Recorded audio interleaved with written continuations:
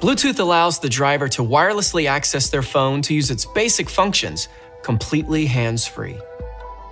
If there's no phone connected, push the phone button on the steering wheel, and the system will directly jump into the pairing menu.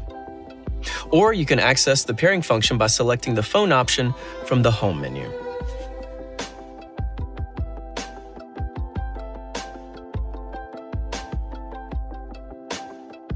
To connect, make sure that your phone's Bluetooth is visible and the device list on your phone is visible during the complete pairing process.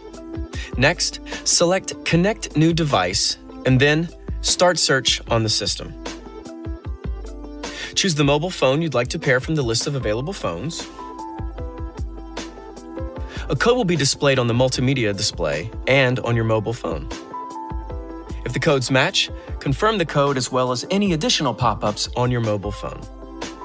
Your phone is now connected via Bluetooth, so you can make and answer calls hands-free.